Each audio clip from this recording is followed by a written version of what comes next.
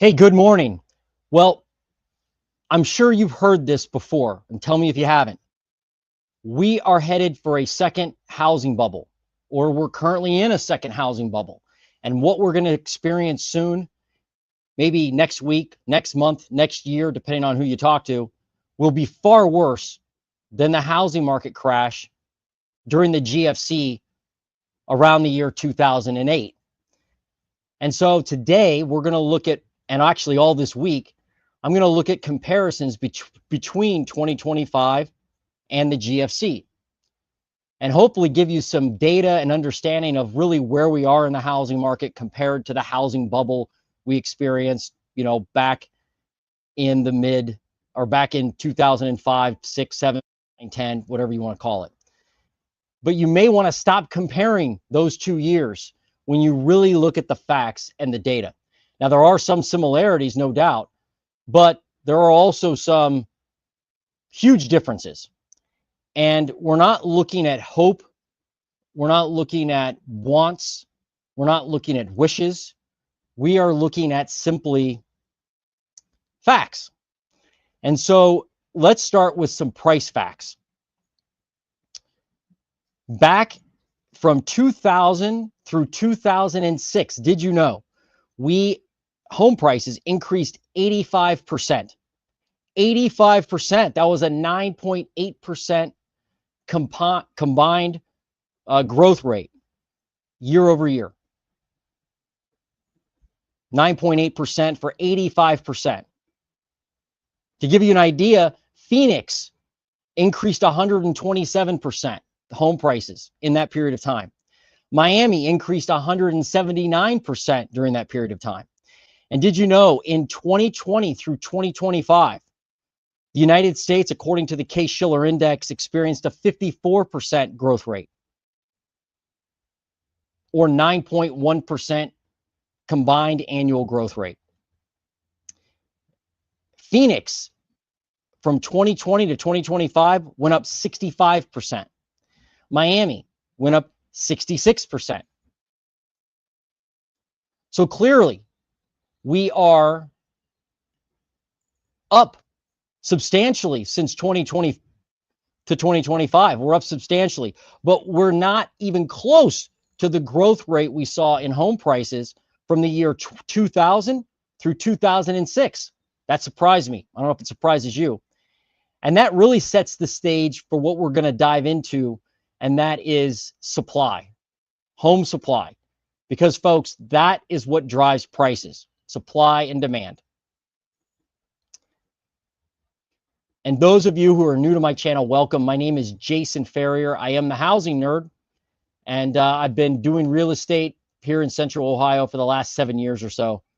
And I'm an investor, I'm a realtor, and I appreciate you joining me this morning.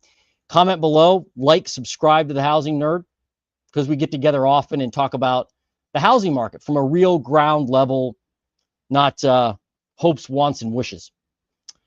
So let's now look at supply. This completely shocked me. Like, I was looking at this going, wow, like it's definitely a difference between these two housing bubbles, if you want to call it. Back during the GFC in 2007, we had 4.5 million homes for sale.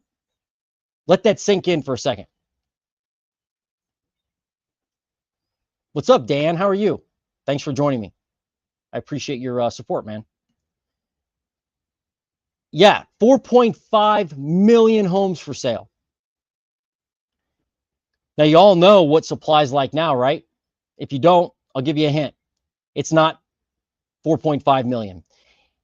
Right now, when you combine new and existing homes, we're about 1.5 million homes for sale.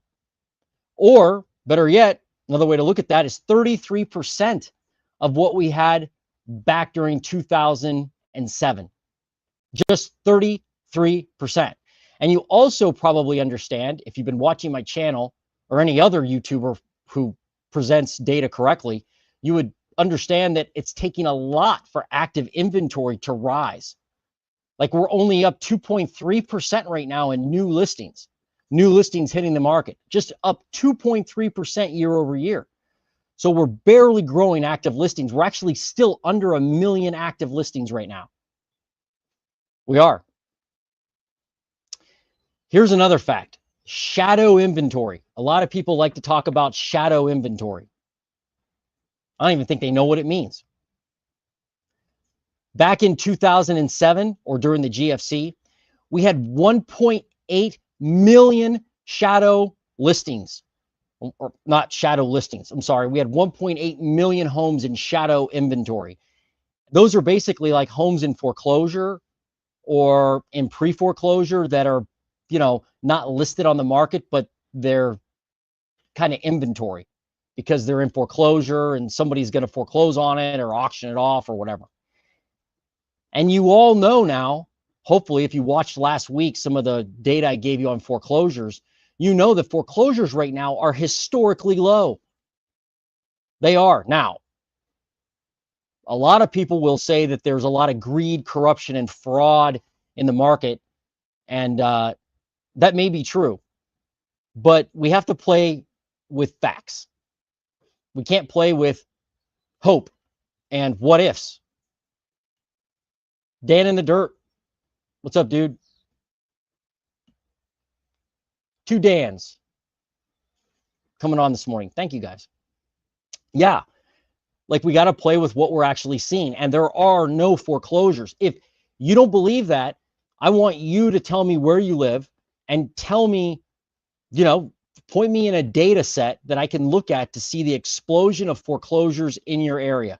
In my area, I don't see any foreclosures.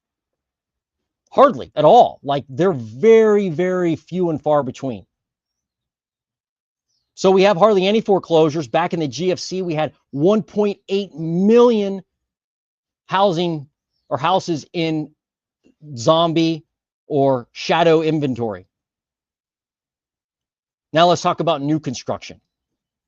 New construction back during 2006, I actually looked, we had started 2.27 million houses for construction, 2.27 million. Now, 1.4 million is what I show for 2024, 2025. 2025 projected. So it's clear that when you look at the amount of inventory, only inventory, don't look at anything else for now, just look at inventory. You can see the drastic difference between the two time periods. You had 4.5 million homes for sale. I can't stress that enough. You have to think about that. That's like a cataclysmic number, 4.5 million. If you look at a graph, you can go to different historical charts, you can look at a graph, you can see the spike. Like it doesn't even come close to any other time period. 4.5 million homes for sale. Right now we have 1.5 million. And actually, in some situations, that number is declining right now. Like we're not adding a lot of new listings. Now, there are areas of the US where we have more inventory than we did last year and more inventory than pre-pandemic. But I don't think that I've seen an area that has just as much inventory as we had during the GFC. So when you have a lack of active listings, a lack of new listings, a lack of foreclosures, a lack of new construction compared to the GFC, that's going to drastically change the housing bubble narrative. It's just going to.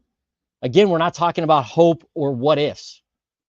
We're talking about like real data like today, like what's happening now. There's just aren't enough homes for sale to cause some kind of cataclysmic crash. There's just not. But I'm curious what you think. So tell me, like, am I nuts? Am I just a realtor cheerleader? I don't think I am. I'm just trying to be factual.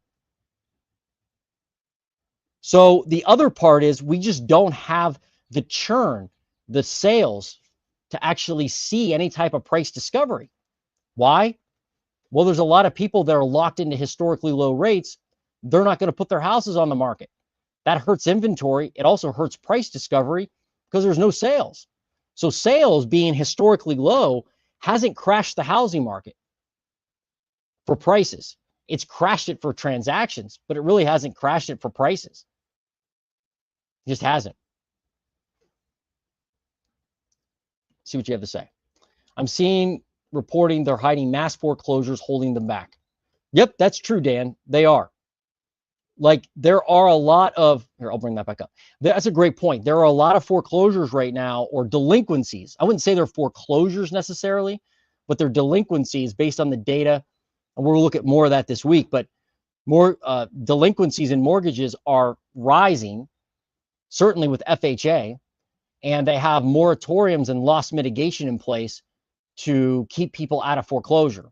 So that's true. There are foreclosures that are that could come to market if they were released. But remember, I'm trying to talk about today anyway, and I get your point. I'm trying to talk about like what's really happening. Like, if I wanted to go out and find a foreclosure today, could I? No. So will those foreclosures ever hit the market? A lot of people want them to. A lot of people hope they will, but they haven't yet. So it's again, just trying to talk about what's really happening. The other thing I wrote down here is that you're not seeing the distress from a new listing standpoint that a lot of people thought we would see already. Like, if you're in distress as a homeowner, you're going to put your house on the market and you're going to sell, especially right now, you're going to sell that house and take some cash out, right? You're going to take a profit. You're not seeing that. You're not seeing a lot of new listings. New listings have not spiked. They just haven't. And they're actually underneath, I believe they're underneath 2023 right now. Not underneath 2024, but they're only up 2.3% compared to 2024. So when you only have 85,000 units, according to Redfin, 85,000 units hitting the market every week, that's just not enough. So this idea that there's a bunch of distress in the marketplace for homeowners and they can't afford their payments, that may be true, but it hasn't, the pain hasn't got to a level that is causing them to put their house on the market. I keep asking this question and I can't find anyone to tell me, to prove me otherwise. I keep waiting for somebody to tell me this. Are you finding and are you seeing, are you hearing about people you know in your town? Maybe it's you, maybe you're a realtor, maybe you're an investor, whatever, where you're getting like deals of your dream because there's a ton of distress in the market and there's a ton of people that are selling their house. I'm not hearing about that. I mean, here I am in central Ohio, which is not like a major market, right? A lot of people make fun of me because I'm in Ohio. They're like, Ohio, is that like Iowa? No, it's Ohio, different state, but it doesn't really matter if you're flying over it and you live on the coast. You're like, oh, Ohio's a tiny market. That may be true, but if that was the case, you would think I would see some type of opportunity, right? Some inventory. There's nothing to speak of. I mean, there's a few here and there, but the good homes priced right, they get snatched up quick. They just do. If there was distress, you would see people getting deals. I'm not hearing about people getting deals right now on a daily basis. Like, hey, I went on the MLS and there were like 10 houses for me to choose from in my price range. I went out and made, saw 10 houses and I beat the sellers up and I got, 20% off retail. I got all these concessions. I'm not hearing about it. Remember, we're playing in reality, not hopes, wants, and wishes. Got somebody else here. What's up? It isn't always the same vehicle, aka method. 2008 was a Lambo with hitting a brick wall. 2025 crash is like a big diesel trying to go up a hill, but dies and slams backwards into coming traffic. Okay. Grover's Keeper. Well, Grover's, is that Grover? Is that a dog or a cat? I can't tell. I think it's a cat. But tell me what you mean. Are you saying, Grover, that like we're just going to experience the crash in a different way? If so, like, where is it materialized yet? Where are we seeing it in the housing market? I'm not talking about like the labor market or anything like that. I'm talking about the housing market. Like, where is the crash going to happen, or where have we actually seen it? Because so far I haven't seen it yet. But I like your analogy. I just want to kind of understand some context there. If you sell now, I think you'll be worse off with the price of rent. School me. If you sell now, you'll be worse off with the price of. Yeah, that's the thing. Like, where are you going to go if you sell right now? Right? Like, what would be the motivation to sell? I mean, if you're in distress, you're going to sell. That's what I think people miss that. Like, I'm sure I've been in distress before as a consumer, not as a homeowner necessarily, but as a consumer, I've made stupid decisions, stupid financial mistakes. And I've been in distress where I'm like, man, my finances aren't very good. When you're in that mode, you're like desperate. You're going to go out and do what you have to do to sell your house and cash out, right? Live with a relative, whatever. But school me's right. Like, why would you sell right now? Because of the price of rents are just going to keep going up. They haven't crashed, by the way, either. A lot of people thought rents were going to crash, and they haven't. Have not crashed. Have not.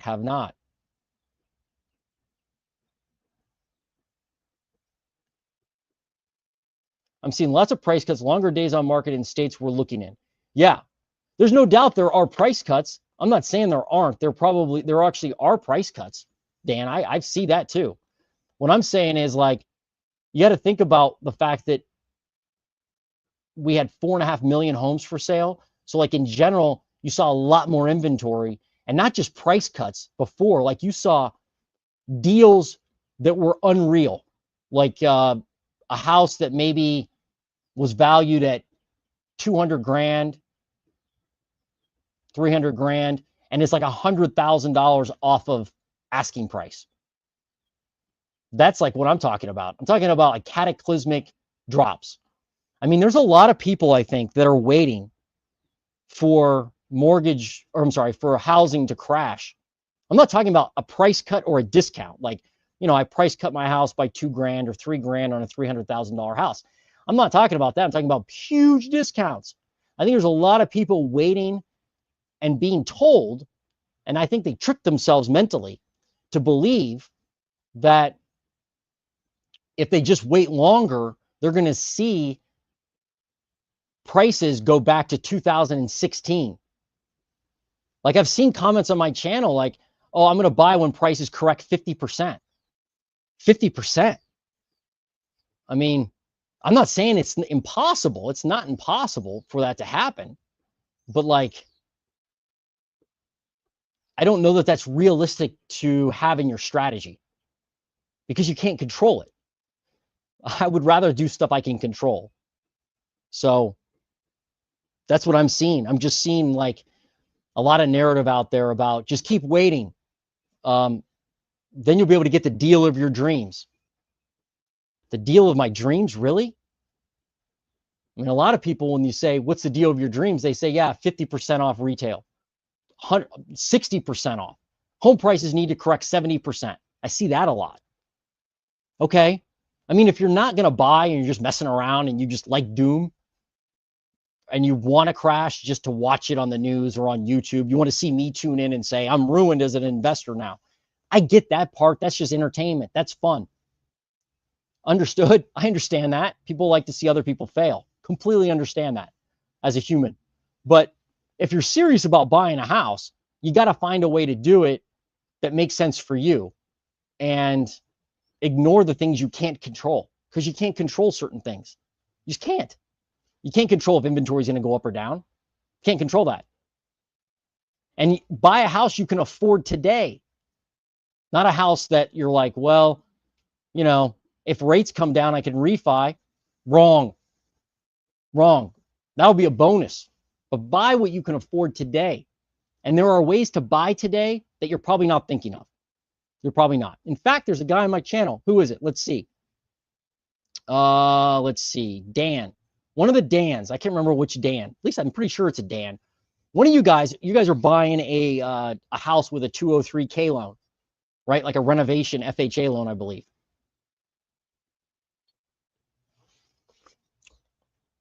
I'd love to know your experience with that as you go along, because it's not an easy process. But for those that don't know, a 203K loan is one where you can find a house that is messed up, like, is decrepit, nasty. Maybe it needs a roof, maybe it needs a foundation, windows, a new kitchen, a new bathroom, flooring. And typically that house would not qualify for FHA financing. However, if you use an FHA 203K loan, you can actually finance the repairs using the future value of the house, like the after repair value. So if the house is valued right now at 100 grand, but it needs 100 grand in work, you can finance, depending on the borrower, obviously, in the actual deal, you can finance the repairs and the purchase of the house with an FHA loan and roll it all up into one, and then you're adding that equity into the house, right, by doing the repairs. I would check that out. I mean, if I was looking to buy my first house right now, that's absolutely one of the avenues I would use, is an FHA 203K. Hardly anybody uses those, by the way. A lot of lenders don't even mention them. There's a lot of lenders that are like, no, I don't want to deal with the 203K. So you got to hunt for a good lender that'll do it. But those things are awesome. The other way to do it is a house hack with a duplex or a triplex or a quad or even a single family. But you just have to be willing to do things others aren't willing to do. You have to be. If you're just going on the MLS on your phone or on Zillow, looking at the latest listings, that's weak. That's not going to work. That's not going to work. Not when you only have 1.5 million houses for sale. If we had 4.5 million houses for sale, we'd all be getting deals. It'd be like deals all around. They'd just be raining in on us, right?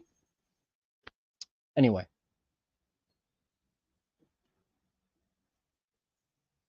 Home ownership is as high as rents. That's true. Home ownership is expensive.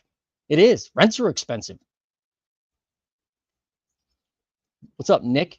Been seeing a lot of people complain about Trump admin rolling back income-driven repayment on student loans. Could this be contagious? Anyway, statistically, look up distressed loans by area. I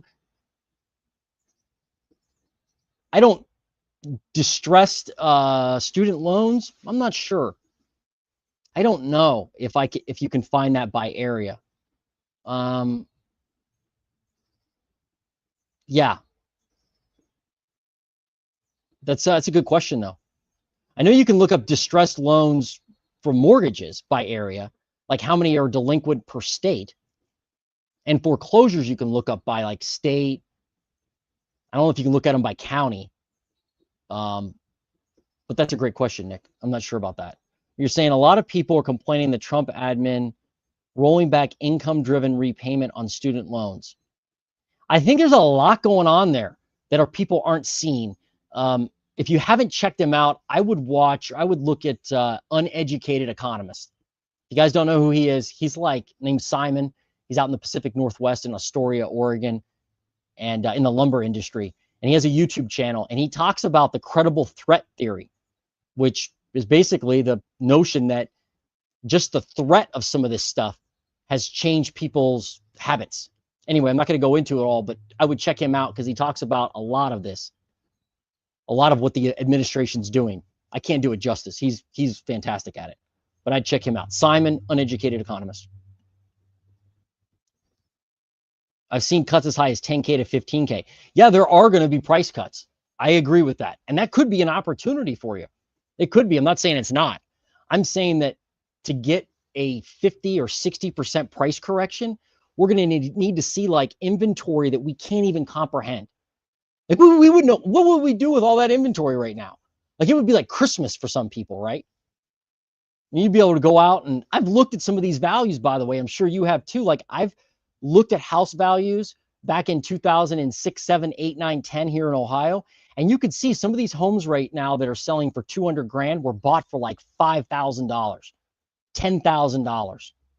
They were just giving them away, basically.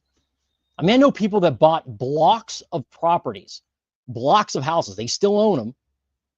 Obviously, they should keep them. And these things were, they bought like 10, 15 homes at once, like 100 grand. Just bought them, right? We're not seeing that. And it would take, and you're going to see it in the new listings. You're just going to see that push and pull of inventory and sales. So you're going to need demand to stay really low. You're going to need new listings to explode. Those two things. Look at those things in your market. If you're not seeing a lot of new listings and you're not seeing demand stay low, then that means active listings aren't going to grow. And that means prices aren't going to come down meaningfully because there's no inventory. There just isn't. What's up, Schmooster? I just did a huge rant on your post with the poll. I went off. Sorry. I just did a huge rant on your post with the poll. I went off. Sorry. Oh, no, no big deal, man. I don't know. Maybe I haven't read that, or maybe I did. I enjoy all the comments. You have some good, I mean, all you guys do, but I enjoy them. So you can rant as much as you want. Yeah. But that's usually on a home that's priced way too high. Exactly. That's exactly right. I'm guilty of this, by the way. Like, I've helped people in the last 2 years list homes, and working with them, you know, one of the biggest challenges as a realtor is to try to list a home where, or help the client pick a price that makes sense to sell it versus what they want.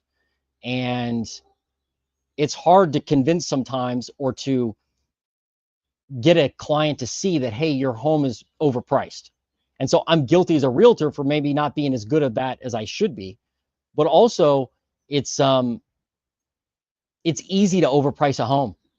It's easy to overprice a home. And so a lot of people will, well, first off, there's a lot of sellers that are doing like wish pricing, right? Like, hey, I hope my house sells for $1 million, even though my neighbors sold for 900. But my house is better. Everybody thinks their house is better. Rarely do I run into somebody who says my house isn't as good as my neighbors. Everybody says their house is better than their neighbors. Doesn't matter what it is.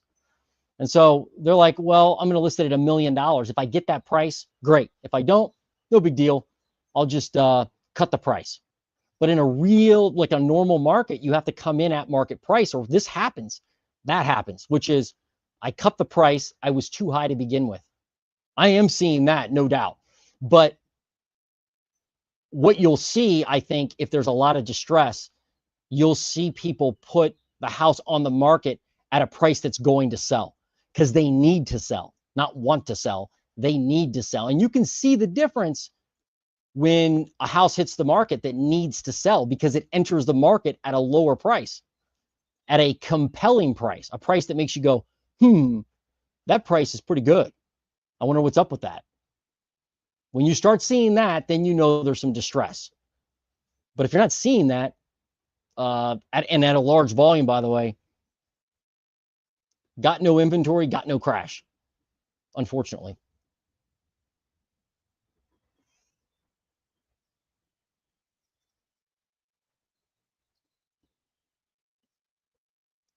We're waiting to hear back from the lender on my wife's rapid rescoring, supposed to be today. My wife's working on it today. Oh, for your 203K? Lenders for a 203K are hard to find. Took us a while. It is. They are really hard to find. I mean, most responses I get from mortgage brokers are like, and lenders, they kind of say, like, when you ask them about a 203K, I think it's the same response a lot of realtors give when you ask a realtor about a foreclosure or an auction. They're kind of like, yeah. Anyway, you should really take a look at our normal product. I'm guessing because it's a lot of paperwork, it's kind of a arduous process, right? The same thing with assumptions, loan assumptions. Those right now are kind of trending to be popular, but they're kind of a bear to get through.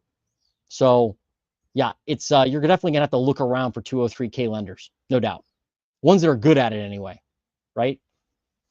So I'm really curious how that all works out for you, like what the numbers look like. You don't have to share your personal data, but I'm just curious on how that all works, because I don't think enough people take advantage of that. It's right there for us to use.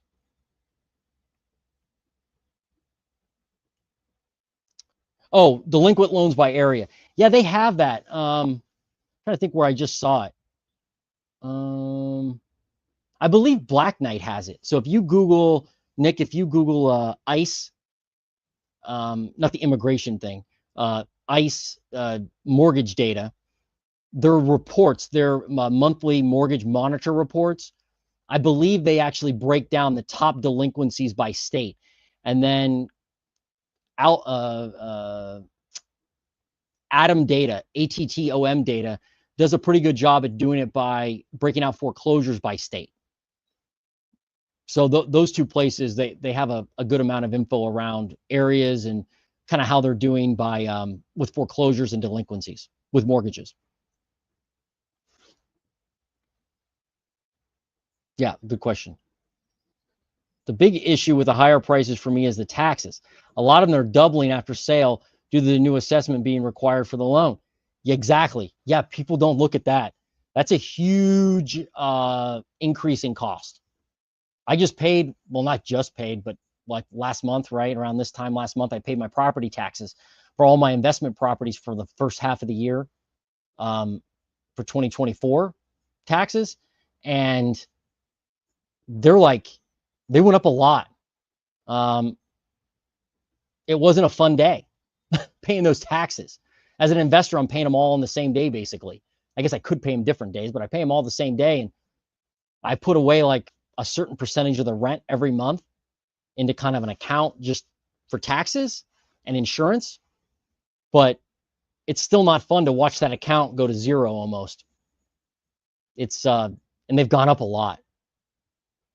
That's why a lot of these investment deals I look at don't work. Like you've got an owner who's owned a duplex now for like 25 years, let's say, and they pay, let's say, $1,000 every 6 months in taxes, and they haven't really been hit with a reassessment. If they have, it's not going to really capture the value of the property. And they may have paid 25 grand for it 20 years ago, and now they're wanting to sell it for 250 grand. Well, when I buy it, the auditor, a county auditor, is going to look at that and go, oh, 250 grand. Now your taxes are $2,500 every 6 months. Yikes. There goes the cash flow. And the deal doesn't work. So the amount of cash flow, like the amount of increased cash I would need every month to make that deal work, takes that home or that duplex and makes that duplex now worth like $70,000. Yeah. 70. Yeah. It's nuts.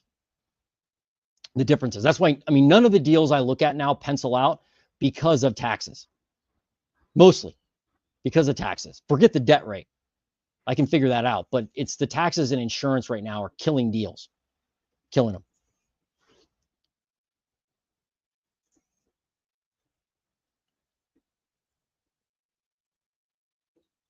Ah, are you talking about buyers, Dan?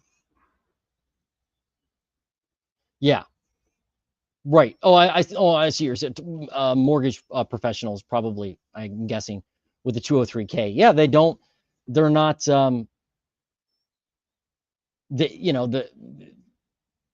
I understand that it takes longer to get the 203k done, but like that's a great product if used right. A great product. So I think if hopefully more mortgage professionals will jump on board with that, but maybe not. It sometimes just takes finding the right one, right? Yeah, lenders. I get it. I get it. Yeah. So a couple other things I wrote down here, um, and you may have missed this if you just got on a little while ago, but I was shocked that prices haven't increased in the last 4 years or 5 years as much as they did from 2000 to 2006. I'm surprised that growth was higher from 2000 to 2006 than it was from 2020 to 2025. I mean, 85% compared to 54%. I thought that was interesting. And I was surprised that like Phoenix went up 127% during the GFC, but only went up 65% now. Miami, 179% compared to 66%. So yeah, there's definitely I thought based on just what I know about the home price growth recently, I thought home prices had increased a lot more than back in the GFC, but I guess not. Yep. What else you guys got? Anything else? We got 25 people on. Give me a thumbs up if you're on. Don't be a freeloader. At least give me a thumbs up. You don't have to subscribe, but just give me a thumbs up. Good discussion. Let me see if there's another one here.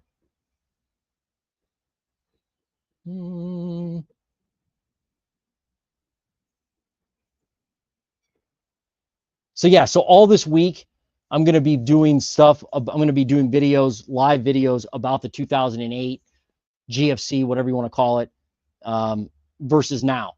And I'm going to definitely cover taxes and insurance, because that's like, I guess if you put them in each category, that's a category where 2025 is a lot worse than 2008.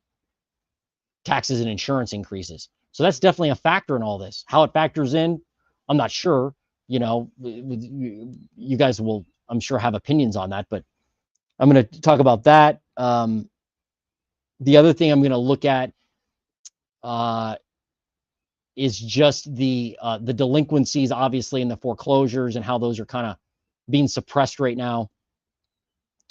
Look at mortgage rates. Look at that. Look at house payments. I think those are all important factors when you compare 2025, you know, to the GFC. A thumb down, Duval County. Where's Duval County? It sounds familiar. Well, where is that? You didn't like my video, huh? That's okay.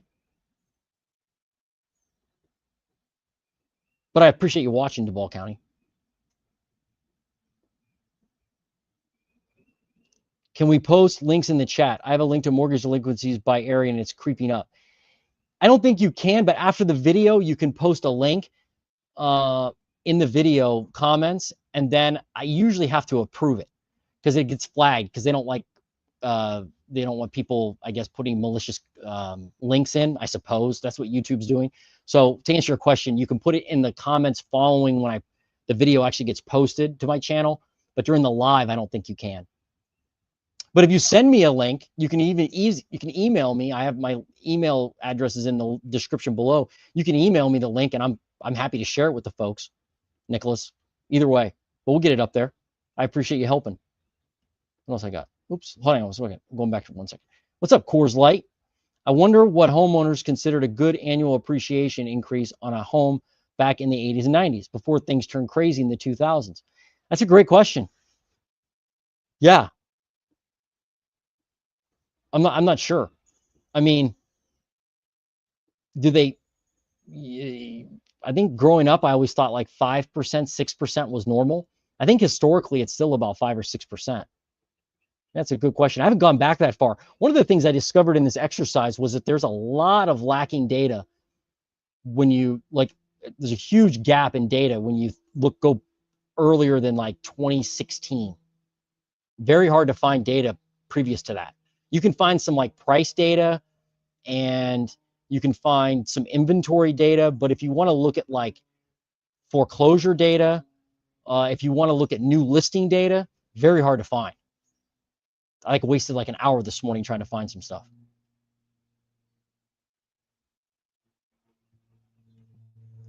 One of my favorite realtors show, new subscribers here, found your channel last week and have been binge watching the last few days. Really enjoying your content. Thank you. Well, thank you, Mark R. I appreciate your support. Nice dog there. I like your dog. Looks like a happy dog. Dogs are awesome. Glad to find you live. Oh, sorry. Glad to find you live. Good. Well, thanks, Mark. Thanks for the support. I appreciate it, man. You're giving me all kinds of props. I appreciate it. Like, subscribe, share. I did. Great. Appreciate it, Mark.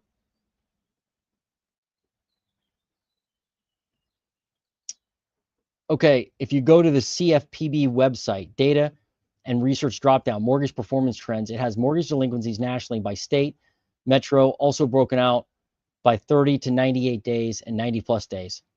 Great. That's awesome. Yeah, I'll go take a look at that.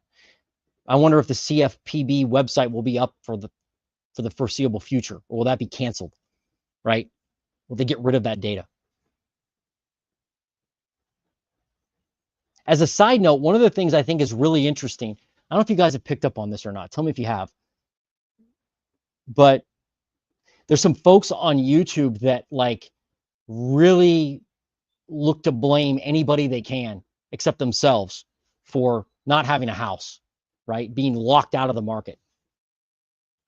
And they constantly complain that there's too much greed, corruption, and fraud going on. And when the dust settles, they'll be able to get the deal of their dreams. And they actually, up until now anyway, have really complained that there's not enough regulation in the housing market. Like there needs to be more regulation. Like some of the folks I've listened to over the past few years have actually come out and said that there needs to be a limit on how many houses investors buy. Like the government needs to limit them. And the government needs to put in rent control, like a ceiling on rents. And the government needs to limit Airbnb purchases. And the government needs to limit it. And if property taxes are repealed, then the government needs to force landlords to pass the property tax savings on to renters. Like they want all this regulation. And now the CFPB is basically disbanded, right? They're being shut down, and they don't seem to be commenting on that at all anymore. I just think that's interesting. Like they wanted a bunch of regulation, but now that regulation is being canceled for a lot of folks in Washington, like look at like a HUD, FHA, CFPB, these are all being canceled or, whittled down. And a lot of people are being fired that work for those organizations. Like I think the CFPB actually like stopped working. And so it's interesting that there's a bunch of people that think there should be more regulation in the housing market. And that's what they've kind of, built their channels on, is the greed, corruption, and fraud, getting rid of that. But now, like, that's not the way things are working. The administration is actually getting rid of the regulation. What will that do? Should we have more regulation or less regulation? It's definitely a moral quandary that I enjoy watching people struggle with, admittedly. Other YouTubers, I think it's funny. So I'm not picking on anybody in particular. Not that you can tell. Bill Funk. I used to know a Bill Funk. Probably not the same one. Oh, he wasn't in Florida. HOA fee on a 1,000 square foot condo in St. Pete is $1,000 a month. Yikes. What do you get for $1,000 a month? Like a pool? A gym? That's nuts. And that's completely lost money. Like you're not going to get that back. You can't write it off. You're not going to get a return on your investment. It's just an expense. It's like property tax, right? It's just an expense. $1,000 a month. How does that make any sense? How much is that condo? I wonder how much the condo is. That's nuts.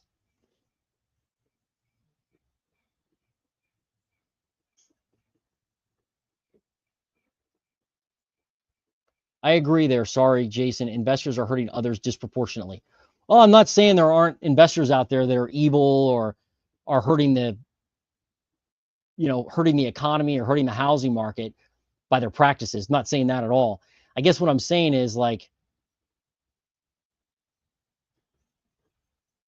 I'm not sure more regulation is the answer. I really don't think that would work, because if you're corrupt, you're always going to find a way around it. And I don't see the government banning investors. I mean, even if they tried to ban institutional investors, you're talking about 1% of the market. I mean, most investors are mom and pop investors like me. I mean, they control the market. They really do. So I look at it like, I mean, and most mom and pop investors don't own, thousands of units. I know I don't. So nor would I want to, but I understand. Yeah, I'm not saying investors are completely healthy for the market. I'm not saying that, but I'm not sure getting rid of them is the solution, and I'm not sure you ever would get rid of them. I just think they'd find a way around it, personally. There should be caps. Okay, understood. Yeah, we can agree to disagree there. Again, I'm not sure how you would regulate that and monitor it. And who would? You get a place like CFPB is gone now. or going to be gone. So who regulates stuff like that? I did a video a while back from that website, from the CFPB website, where they caught Clayton Homes, the manufactured home company. They caught them doing predatory lending, and I featured it. Got a lot of good comments on my channel about it, and that's actually part of Berkshire Hathaway, is Clayton Homes. But stuff like that's going to be gone. Going to be gone if that group's shut down. So it's less regulation, not more regulation. It just doesn't seem like somebody like Donald Trump is going to want more regulation and caps on investing. I just don't see that. It doesn't seem like he's somebody who's historically wanted to limit his opportunity. I'm not saying I agree with that, or that he should or shouldn't limit the opportunity, but I just don't see him doing that. That's me anyway. That's one of the current issues, Jason. The CFPB is preventing mortgage servicers from putting foreclosures in the market. Something like $1 million loan, $1+ million loans at 90 days that aren't in foreclosure, but aren't due to CFPB interference. Now that the CFPB is shut down, we'll see them come to market. Not a bad, yeah, you're right. That's a great point. Yeah, it's kind of a juxtaposition. Am I using that term right? It's like, hey, on this side here, I want regulation to regulate investors. But then over here, I also don't want the regulation so that the foreclosures can come to market. So what do, right? Tough. That's a tough situation. Not easy. Okay. So tell me, how do you cap that? How do you cap it? Do you cap it by LLC? Do you cap it by individual? I don't know. Tough.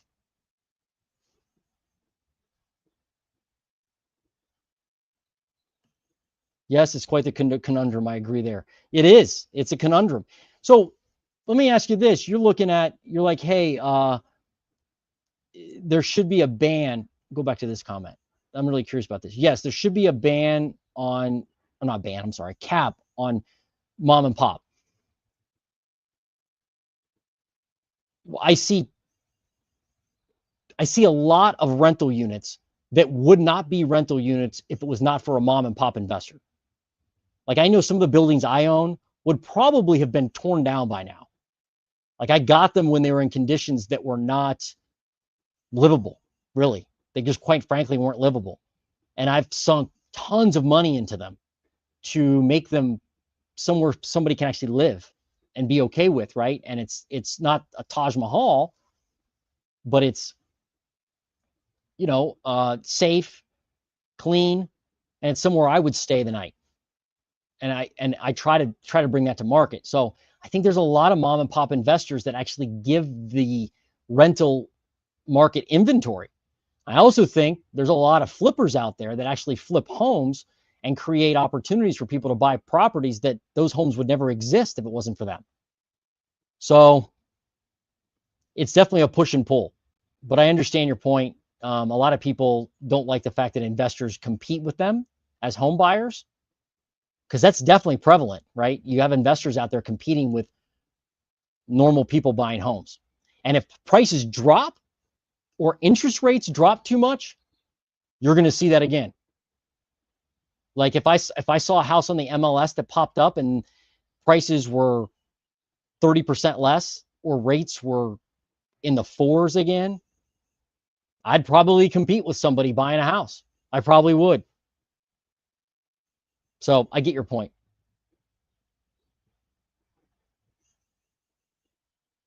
Good discussion here. No more government regulations. Look at what the government did this past 5 years. It's called government forbearance. Agreed. Yeah, I mean, well, I don't know if I agree with no regulation, but I do agree that the forbearance program was kind of snuck in on the American public. right, during COVID. They put a bunch of stuff in. It's going to be very interesting to see how much of that distress the administration lets come to market. In fact, I actually heard a soundbite, and I'm going to see if I can dig this up. I heard a soundbite from Trump back in 2006, where he actually said, basically, he said, hey, I'm all for a housing market crash because then I'll be able to buy property really cheap. Is that what he's planning? Well, I don't know. Maybe. Like here in Ohio, we've got a guy, Bernie Moreno. He beat out Sherrod Brown. And he owns a ton of rental units. Like he's knee deep in rentals. I don't think being a friend or buddy of Trump, like would he, and the same thing with JD Vance, right? I gotta assume JD Vance has rental units and he's invested in the real estate market. Do you think they're going to be happy if the market crashes? Maybe not, but maybe they would be because they can come in and swoop up a bunch of properties. I don't know. It's a maybe the crash is what they want because they want to buy and take the, I mean, you know, somebody like me takes one house off the market a year, two houses off the market a year. These guys take hundreds and thousands of houses off the market a year. Maybe that's what they're after. I don't know. Letting homeowners not foreclosure and kick the can down the road is keeping market afloat. If massive wave of foreclosures from VA and FHA loaded up the market, you think it could sink 10 to 20%?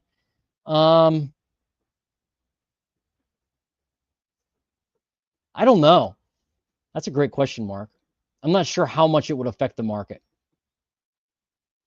I just know that those programs are inherently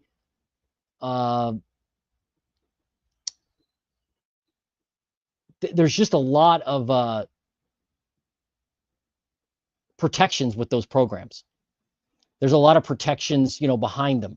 So I don't know if we'll see a huge wave of foreclosures from FHA and VA. We could.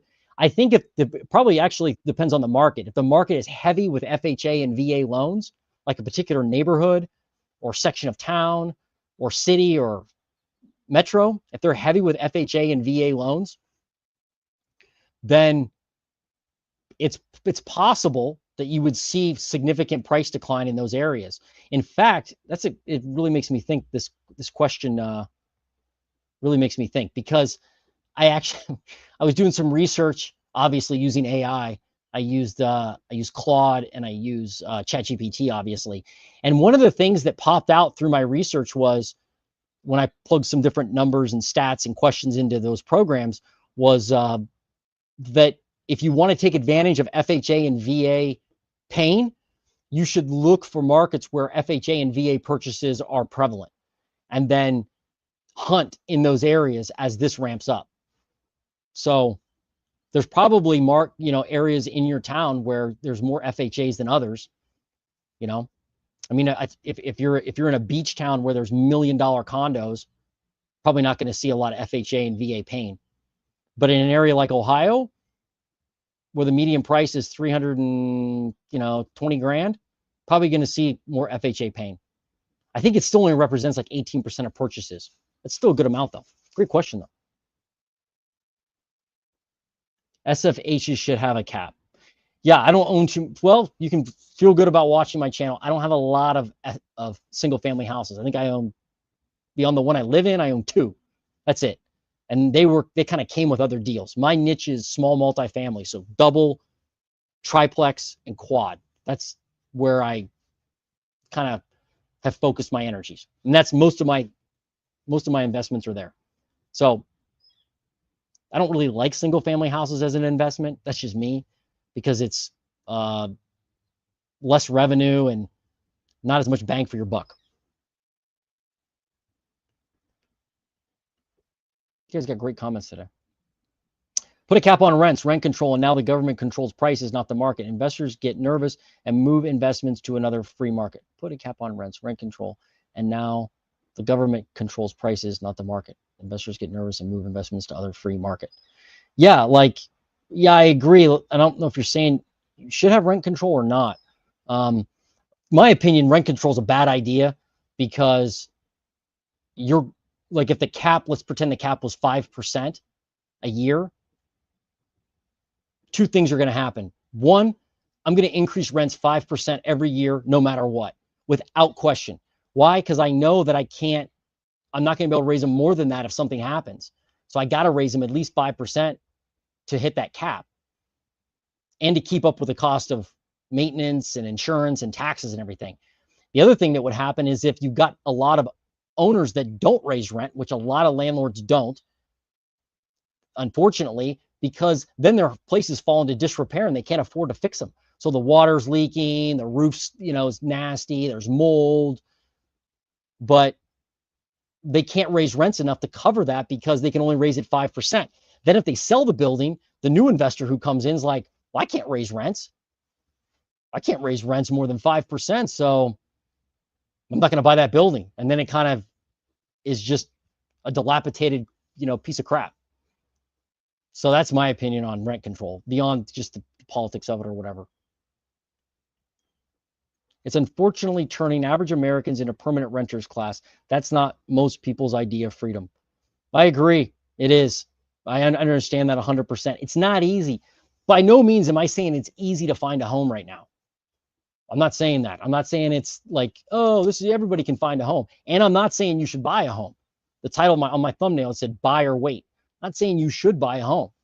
It has to make sense for you. I am saying there are ways to find a home, to buy a house different than other people are buying it. And in my opinion, that's where the opportunity is. Doing things differently, not the same. Instead of beating yourself up, saying, I can't find a home, or, everything's all fraud and corruption. When the dust settles, what? There's always dust in the air. There's either political dust, there's a COVID dust, there's a war dust, there's a financial dust. There's always dust in the air. If you wait for no dust in the air and like the stars to align and the burning bush that screams to you, buy me, you'd be waiting forever. Forever.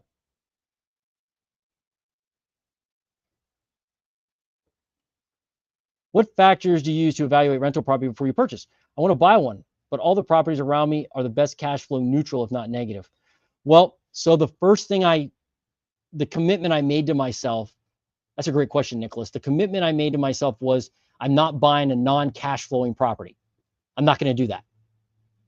Which for you and I right now, unfortunately, rules out like 99% of things, right? As you point out.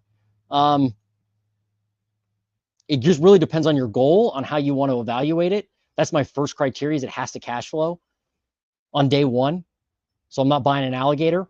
If you haven't checked him out already, I would highly suggest you check out One Rental at a Time and Mike Zuber, because his channel, his YouTube channel, has so much free information on it that it'll spin your head around. I mean, he's got, they talk on there how to analyze deals. He's got tons of free tools. He's got investors on there constantly that talk about how they evaluate opportunities, and they all kind of have a different strategy. The other thing I do, Nicholas, is I look at nominal rent appreciation.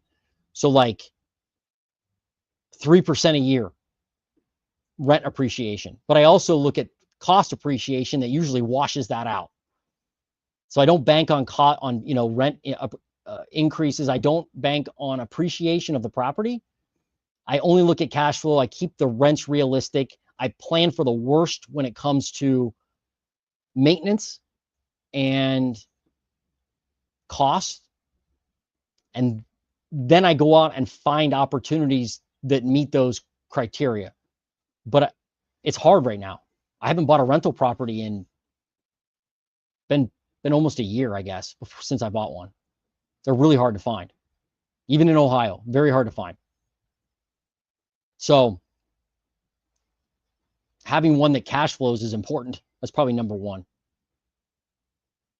But it also depends on what you're after. Like I do know people though that they got cash, sitting around not doing anything. They buy properties that with a loan will negative cash flow because they're just looking for a place to park their money. I guess that's a different strategy. I would definitely look off market. That's really where I spend the most of my time looking for properties, is off market. I hope that helped. But I feel your pain because it's not easy right now to find something. Not.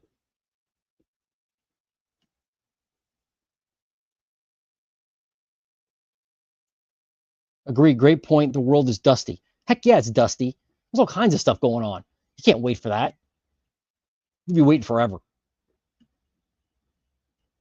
You have to be willing to adapt. If you can't adapt, you're serious about wanting to be a homeowner or the American dream. You aren't serious.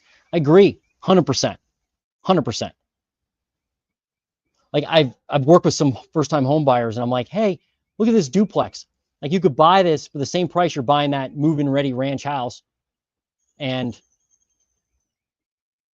you could live in one side and rent out the other. Oh, I don't want to be a landlord. Okay. Well, I guess you really don't want to buy a house then.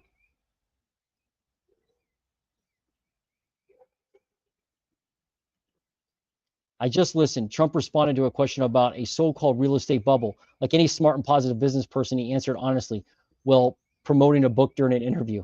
Okay. Maybe was it promoting a book? That's funny. Okay. Yeah, I heard him say something like, oh, in 2006, like, I hope it crashes. Because that would be, he didn't say I hope. He said, oh, a crash would be good, I believe. Because, that would be able to buy stuff on the cheap. I'm not saying he's going to do that now. He's kind of more into commercial real estate. But I do know a lot of his cronies are into residential real estate. And again, I can't see them wanting that to crash. Or maybe on the other hand, they want it to crash so they can buy a bunch of houses. Maybe that's the goal. But it can't be both, right? They can't be like trying to engineer a crash at the same time trying to prop it up. It's going to be one or the other. You guys got great comments today. Wow, awesome. Holy Toledo, I've been on an hour. Time flies when you're having fun. This is fun stuff.